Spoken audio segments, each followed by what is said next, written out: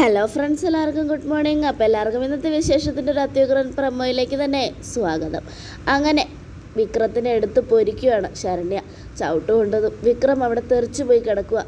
ഈശ്വര, ഇവൾക്ക് ശരിക്കും വട്ടാണോ എന്നൊക്കെ ആലോചിച്ചുകൊണ്ട് വിക്രം ഇങ്ങനെ തുറച്ചു നോക്കുക.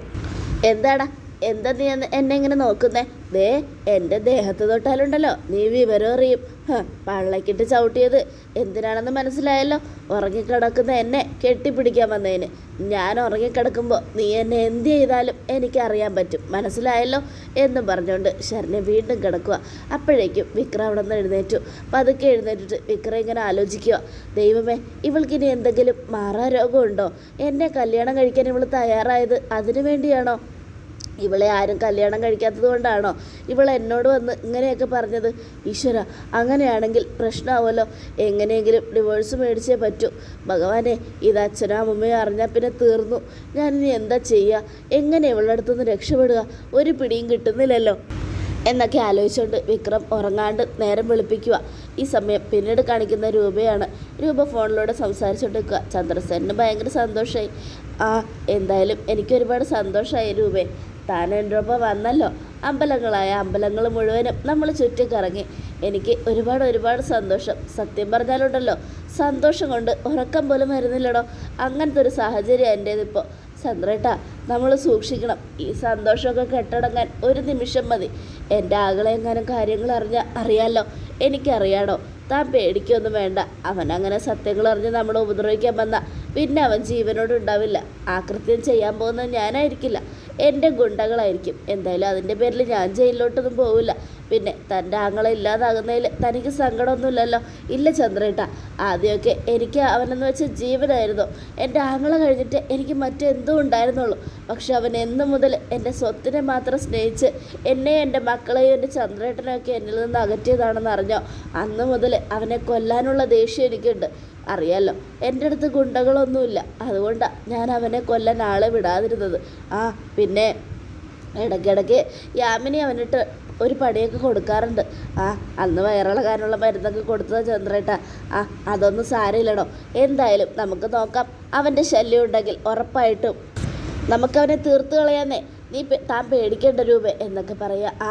കല്യാണി മോൾ ഇവിടെ വന്നിട്ടുണ്ടായിരുന്നു. എന്നോട് പറഞ്ഞു എവിടെ പോയാലും ഞാൻ അവളോട് പറഞ്ഞിട്ട് പോകണമെന്ന്. പാവം മോള് ആകെ ടെൻഷൻ അടിച്ചിരിക്കുക.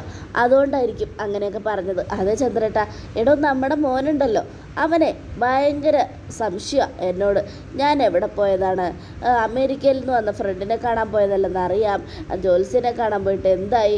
അൺനോൺ നമ്പറുകാരെ കണ്ടുപിടിച്ചോ? ഇങ്ങനെയൊക്കെ ചോദിച്ചാൽ അവൻ്റെ സംശയം മുഴുവനും.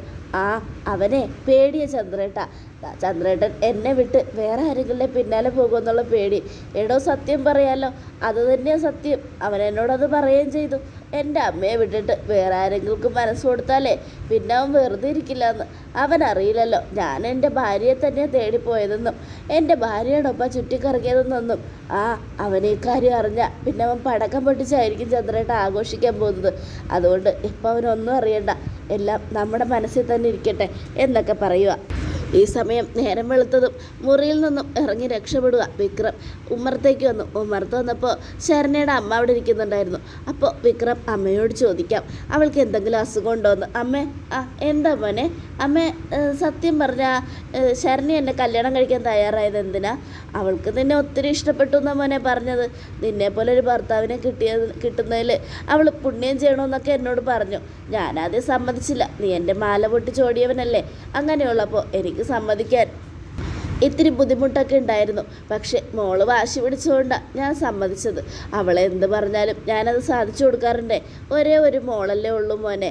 അതുമാത്രമല്ല, എൻ്റെ ഭർത്താവ് മരിച്ചിട്ട് വർഷങ്ങളായി. പിന്നെ ഞാൻ അവളെ വളർത്തി ഇവിടം വരെ എത്തിച്ചത് എന്നൊക്കെ പറയുക. അല്ലമ്മേ, അവളുടെ ആദ്യത്തെ ഭർത്താവ് അവളെ ഉപേക്ഷിക്കാൻ കാരണം എന്താ? അവൾക്ക് എന്തോ അസുഖമുണ്ടെന്നും അത് മാറാരോഗമാണെന്നും അതുകൊണ്ട് അത് സഹിക്കാൻ പറ്റുന്നില്ല എന്നും അവളോടൊപ്പം ഒന്നിച്ച് മുന്നോട്ട് പോകാൻ കഴിയില്ല എന്നൊക്കെ പറഞ്ഞിട്ടാണ് മോനെ അവൻ ഉപേക്ഷിച്ചത്. അവന് ഡിവോഴ്സിൻ്റെ കാര്യം കിട്ടിക്കഴിഞ്ഞാൽ 1.5 കോടി കയ്യിൽ കിട്ടും. അല്ലമ്മേ, അവൾ ശരണ്യയുടെ രോഗം ഭ്രാന്താണോ? അത് കേട്ടതും എൻ്റെ മോക്ക് ഭ്രാന്തുണ്ടെന്നൊന്നും ഞാൻ പറയില്ല. ഭ്രാന്തുള്ളൊരു പെങ്കൊച്ച് എങ്ങനെയാണ് കല്യാണം കഴിക്കുന്നത്? ദേ അത് മാത്രമല്ല, അവൾ ആരും ഉപദ്രവിച്ചിട്ടുമില്ല. അവൾക്ക് കൂട്ടുകാരന്മാരും ഇഷ്ടം പോലെ ഉണ്ട്. ഞാനും ഇവിടെ തന്നെ ഉണ്ട്. അങ്ങനെയാണെങ്കിൽ അവൾ എന്നെ ഉപദ്രവിക്കണ്ടേ? ഭ്രാന്തന്മാർക്കൊന്നും കണ്ണു കാണില്ല എന്ന് അറിയുന്നത്. ആരെ കണ്ടാലും അവർ ഉപദ്രവിക്കുമെന്നും കേട്ടിട്ടുണ്ട്. പക്ഷേ എൻ്റെ മോൾ അങ്ങനെയൊന്നും ആരും ഒന്നും ചെയ്തിട്ടില്ല കേട്ടോ എന്നൊക്കെ പറയുക. ഇത് കേട്ടത് വിക്രം, അല്ലമ്മേ അവൾക്ക് രാത്രി മാത്രം അസുഖം കൂടി രാവിലെ ഒരു കുഴപ്പമില്ലാത്ത ഒരാളാണോ? അത് കേട്ടത്, ദേ മോനെ ഇങ്ങനെയൊന്നും ചോദിച്ച് എൻ്റെ മനസ്സ് വിഷമിപ്പിക്കരുത്. എൻ്റെ മോൾക്ക് ഒരു കുഴപ്പമില്ല. ദേ അവളെ വെറുതെ ഭ്രാന്തിയാണെന്ന് നീ പറഞ്ഞാലുണ്ടല്ലോ എൻ്റെ സ്വഭാവം മാറും. അല്ലമ്മേ ഞാൻ അങ്ങനെ ഉദ്ദേശിച്ച് പറഞ്ഞതല്ല. എന്തായാലും ദേ അവൾ ഇന്നലെ രാത്രി ഒരു പ്രേതത്തെ പോലെ എൻ്റെ മുമ്പിൽ കിടന്ന് കാണിച്ചു കൂട്ടിയത്. പ്രേതോ? എൻ്റെ മോളോ? നീ എന്താ വല്ല സ്വപ്നം കണ്ടതായിരിക്കും. എന്തായാലും എൻ്റെ മോൾ അങ്ങനെ ചെയ്യില്ല. അടുക്കളയിൽ നിന്ന് പാലും എടുത്തോണ്ട് അവൾ സന്തോഷത്തോടെ നിൻ്റെ അടുത്തേക്ക് വന്നത്. നല്ല സെറ്റ് സാരിയെ കൊടുത്ത്. സെറ്റ് സാരിയോ? അതെല്ലോ, അവൾ സെറ്റ് സാരി കൊടുത്ത് തന്നെയാണ് വന്നത്. അത് കേട്ടതും, ഈശ്വര ഇനി ഇവർക്കും ഭ്രാന്താണോ? അവൾ സെറ്റ് സാരി കൊടുത്തല്ല വന്നത്, അവൾ വെള്ള സാരി കൊടുത്താണ് വന്നത്. അതും ഒരു യക്ഷിയെ പോലെ. ഇതെങ്ങനെ ഞാൻ ഇവരെ പറഞ്ഞ് മനസ്സിലാക്കും? അമ്മേ ഇങ്ങനെ പോയാൽ ഞങ്ങളും ബന്ധം പിരിയും, അത് ഉറപ്പാ. അത് കേട്ടതും, പിന്നെ ഞാൻ ആ വക്കീലെ ഒന്ന് കണ്ടായിരുന്നു മോനെ. ഏത് വക്കീലിനെ? അല്ല, മാല മോഷ്ടിച്ചുകൊണ്ടോടിയപ്പോൾ ഒരു വക്കീൽ എനിക്കുണ്ടായിരുന്നല്ലോ. ആ വക്കീൽ എന്നോട് അയാൾ ചോദിച്ചു എന്തിനു വേണ്ടിയാ ഇങ്ങനെയൊക്കെ മൊഴി മാറ്റി പറഞ്ഞതെന്ന്. അങ്ങനെ ഒരു പെരുങ്കളനെ രക്ഷിക്കേണ്ട കാര്യം എന്തായിരുന്നു എന്ന്. അപ്പം ഞാൻ കാര്യം പറഞ്ഞു. അപ്പോൾ വക്കീൽ എന്നോട് എന്താ പറഞ്ഞെന്നറിയോ? കേസ് വേണമെങ്കിൽ ഇനിയും കുത്തിപ്പൊക്കാന്ന്. കേസ് കുത്തിപ്പൊക്കി കഴിഞ്ഞാൽ പിന്നെ മോൻ വീണ്ടും അകത്ത് കിടക്കും. അതിനേക്കാൾ നല്ലതല്ലേ എൻ്റെ മോളുടെ ഒപ്പം സന്തോഷമായിട്ട് ജീവിക്കുന്നത്. പക്ഷെ അവളോടൊപ്പം ഞാനങ്ങനെ ജീവിക്കാനാ? രാത്രി യക്ഷിയായിട്ട് നടക്കുന്ന അവളെ എനിക്ക് പേടിയാ. അത് കേട്ടത്, പേടിക്കൊന്നും വേണ്ട മോനെ, അവൾ ഉപദ്രവിക്കൊന്നുമില്ല. അവളോട് സ്നേഹത്തോടെ നിന്നാൽ മതി. അവൾ നിന്നെ ഒന്നും ചെയ്യില്ല എന്നൊക്കെ പറഞ്ഞ് അമ്മ പറയുക. ഇത് കേട്ടത് വിക്രം, ഈശ്വര ഞാനിനി എങ്ങനെ രക്ഷപ്പെടും? പുറത്തിറങ്ങിയ ഇവരെന്നെ പോലീസിനെ കൊണ്ട് പിടിപ്പിക്കും. അകത്തിരുന്ന അവളെൻ്റെ ചോര കുടിക്കും. ഞാനിനിയിപ്പോൾ എന്താ ചെയ്യുക എന്നൊക്കെ ആലോചിച്ചുകൊണ്ട് നിൽക്കുമ്പോൾ പ്രകാശനും മൂങ്ങയും കൂടെ അങ്ങോട്ട് വരിക.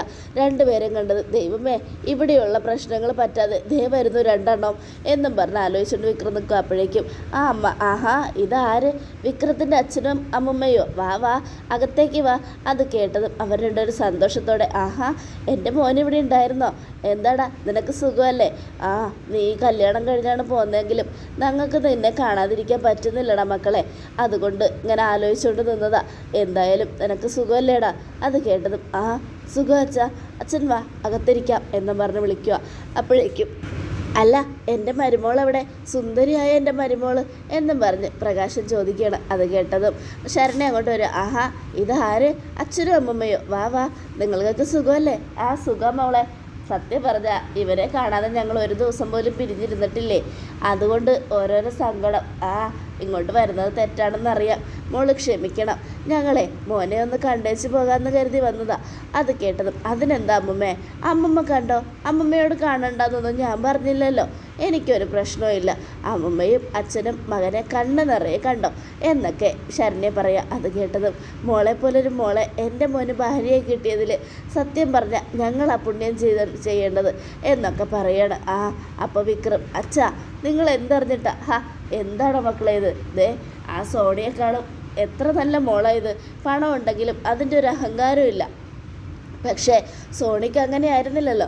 എന്തൊരു അഹങ്കാര! നിന്നൊരു അടിമയെ പോലെ അവൾ കൊണ്ടുകൊണ്ട് നടന്നിരുന്നു വെച്ചത്. പക്ഷെ ഇവിടെ അങ്ങനെയല്ല. നിന്നതേ ശരണ്യമോൾ പൊന്നുപോലെയല്ലേ സ്നേഹിക്കുന്നേ. അമ്മമ്മയ്ക്കും അച്ഛനും സന്തോഷമായിടാ എന്നൊക്കെ പറഞ്ഞുകൊണ്ട് രണ്ടുപേരും ഇങ്ങനെ സംസാരിച്ചുകൊണ്ടിരിക്കുക. ഞാനേ നിങ്ങൾക്ക് കുടിക്കാൻ എന്തെങ്കിലും എടുക്കാം എന്നും പറഞ്ഞ് ശരണ്യയുടെ അമ്മ അടുക്കളയിലേക്ക് പോയി. അപ്പോൾ ശരണ്യ, അച്ഛാ അമ്മമ്മേ എന്തെങ്കിലുമൊക്കെ കഴിച്ചിട്ടേ പോകാവുള്ളൂ കേട്ടോ. അതിനെന്താ മോളെ, ഞങ്ങൾ 2 ദിവസം ഇവിടെ നിൽക്കാമെന്ന് കരുതി വന്നതാ. നിന്നെയും മോളെയും കാണാൻ വേണ്ടി ഒരുപാട് ഞങ്ങൾ ആഗ്രഹിച്ചു. നിങ്ങളുടെ കൂടെ ഞങ്ങളിവിടെ കുറച്ച് ദിവസം നിന്നോട്ടെ. 2 ദിവസം ആക്കുന്ന എന്തിനാ? സ്ഥിരമായിട്ട് ഇവിടെ തന്നെ നിന്നോ. അവിടെ നിങ്ങൾ ആ രതീഷേട്ടൻ്റെ ഒപ്പം വാടക വീട്ടിലല്ലേ താമസിക്കുന്നത്. ആ രതീഷേട്ടനെ കണ്ടപ്പോഴെനിക്ക് തോന്നി ഇത്തിരി കുശുമ്പും പിന്നെ കുത്തുവാക്കുകൾ പറയുന്ന ആളാ അല്ലേ? അതേ മോളെ, എൻ്റെ മരുമോനാ. പക്ഷെ എന്താ കാര്യം? അവനെപ്പോഴും ഞങ്ങളെ കുറ്റപ്പെടുത്തിക്കൊണ്ടേയിരിക്കും. ഞങ്ങൾ അവനൊരു അധികപ്പറ്റ മോളെ. എന്നാലേ നിങ്ങളാരും എനിക്കൊരു അധികപ്പറ്റുമല്ല. നിങ്ങൾ ഇങ്ങോട്ട് പോരെ. നിങ്ങളുടെ സാധനങ്ങളൊക്കെ എടുത്തോണ്ട്. അത് കേട്ടത് പ്രകാശനും മൂങ്ങയും പരസ്പരം മുഖത്തോട് മുഖം നോക്കുക. അപ്പോൾ വിക്രം, വേണ്ട വേണ്ട, അതൊന്നും ശരിയാവില്ല, ഇവരവിടെ തന്നെ താമസിക്കുന്നത് നല്ലത്. അതെന്താണ് മോനെ നീ അങ്ങനെ പറഞ്ഞത്? നിൻ്റെ ഭാര്യയുടെ വീട്ടിൽ ഞങ്ങൾ താമസിക്കുന്നതിൽ നിനക്ക് എന്തെങ്കിലും ബുദ്ധിമുട്ടുണ്ടോ? അവൻ എന്തെങ്കിലും ബുദ്ധിമുട്ടുണ്ടെങ്കിലും എനിക്കൊരു ബുദ്ധിമുട്ടുമില്ല അച്ഛനും അമ്മയും, നിങ്ങളിങ്ങോട്ട് പോരെ എന്നും ശരണ്യ പറയുക. ഇത് കേട്ടത് കണ്ടോടാ, കണ്ടോ, ഞങ്ങളുടെ മനസ്സറിഞ്ഞ് പ്രവർത്തിക്കുന്ന ആളാണ് ഞങ്ങളുടെ മരുമോള്, ഞങ്ങൾക്ക് സന്തോഷമായി, തൃപ്തിയായി എന്നൊക്കെ പറഞ്ഞുകൊണ്ട് പ്രകാശിനിങ്ങനെ സന്തോഷത്തോടെ നിൽക്കുക. ഈ സമയം ഈശ്വര, ഇവളൊരു ചുടല യക്ഷിയാണെന്ന് എനിക്ക് മാത്രമേ അറിയൂ. ഇപ്പോൾ ഇവള് മര്യാദയോടുകൂടിയാണ് നിൽക്കുന്നത്. രാത്രിയാകുമ്പോൾ ഇവളുടെ സ്വഭാവം മാറും. ഇനി അച്ഛനും അമ്മമ്മയും എങ്ങനെ അത് കണ്ടാൽ തീർന്നു. അതോടുകൂടെ എല്ലാം അതിനു മുമ്പ് അവരിവിടെ നിന്ന് എങ്ങനെയെങ്കിലും പറഞ്ഞു വിടാൻ നോക്കണം. എന്താ ഇപ്പം ചെയ്യുക എന്നൊക്കെ ആലോചിച്ചുകൊണ്ട് വിക്രം ഇങ്ങനെ ഇരിക്കുക. ഈ സമയം ശരണ്യ, വിക്രം നീ എന്താ ഇങ്ങനെയൊക്കെ പെരുമാറുന്നേ? അച്ഛനോടും അമ്മയോടും അകത്തോട്ട് വരാൻ പറയടാ, അവർക്കുള്ള മുറി കാണിച്ചു കൊടുക്ക് എന്നൊക്കെ പറയുക. അപ്പം മൂങ്ങ, പ്രകാശ, ഇനി മുതൽ നമ്മൾ ആ ചെറിയ വീട്ടിലല്ല, വീണ്ടും രാജകൊട്ടാരത്തിലേക്ക്, നമ്മുടെ കൊച്ചുമോൻ, എൻ്റെ കൊച്ചുമോൻ രാജകുമാരൻ്റെ വീട്ടിലേക്ക് എന്നൊക്കെ പറഞ്ഞ് മൂങ്ങ സന്തോഷത്തോടെ ഇരിക്കുക. സന്തോഷിക്കാം മുമ്മേ, സന്തോഷിക്ക്. പാതിരാത്രി ആകുമ്പോൾ നിങ്ങൾക്ക് മനസ്സിലാവും നിങ്ങൾ വന്ന് പെട്ടിരിക്കുന്നത് യക്ഷിയുടെ ഇടയിലാന്ന്. പനമരത്തിൻ്റെ മുകളിലാണെന്ന്. ഭഗവാനെ, ഞാനിപ്പോൾ എന്താ ചെയ്യുക എന്നൊക്കെ ആലോചിച്ചുകൊണ്ട് വിക്രം ഇങ്ങനെ നിൽക്കുകയാണ്. അപ്പോൾ പ്രകാശനും മൂങ്ങയും വിക്രത്തെ നോക്കി നിൽക്കുകയാണ്. അപ്പോൾ നമ്മുടെ ശരണ്യയുടെ വാക്കുകൾ വർത്താനമൊക്കെ കേട്ടപ്പോൾ പ്രകാശനും മൂങ്ങയ്ക്ക് ഒത്തിരി ഇഷ്ടപ്പെട്ടു. ഈ സമയം പിന്നീട് കാണിക്കുന്നത് രൂപയാണ്. രൂപയും ഭയങ്കര സന്തോഷത്തിൽ ഇങ്ങനെ ഇരിക്കുക. യാമിനിയോട് കാര്യങ്ങളൊക്കെ പറഞ്ഞ് രൂപ ഭയങ്കര ത്രില്ലിലാണ്. യാമിനിക്ക് ഭയങ്കര സന്തോഷമായി.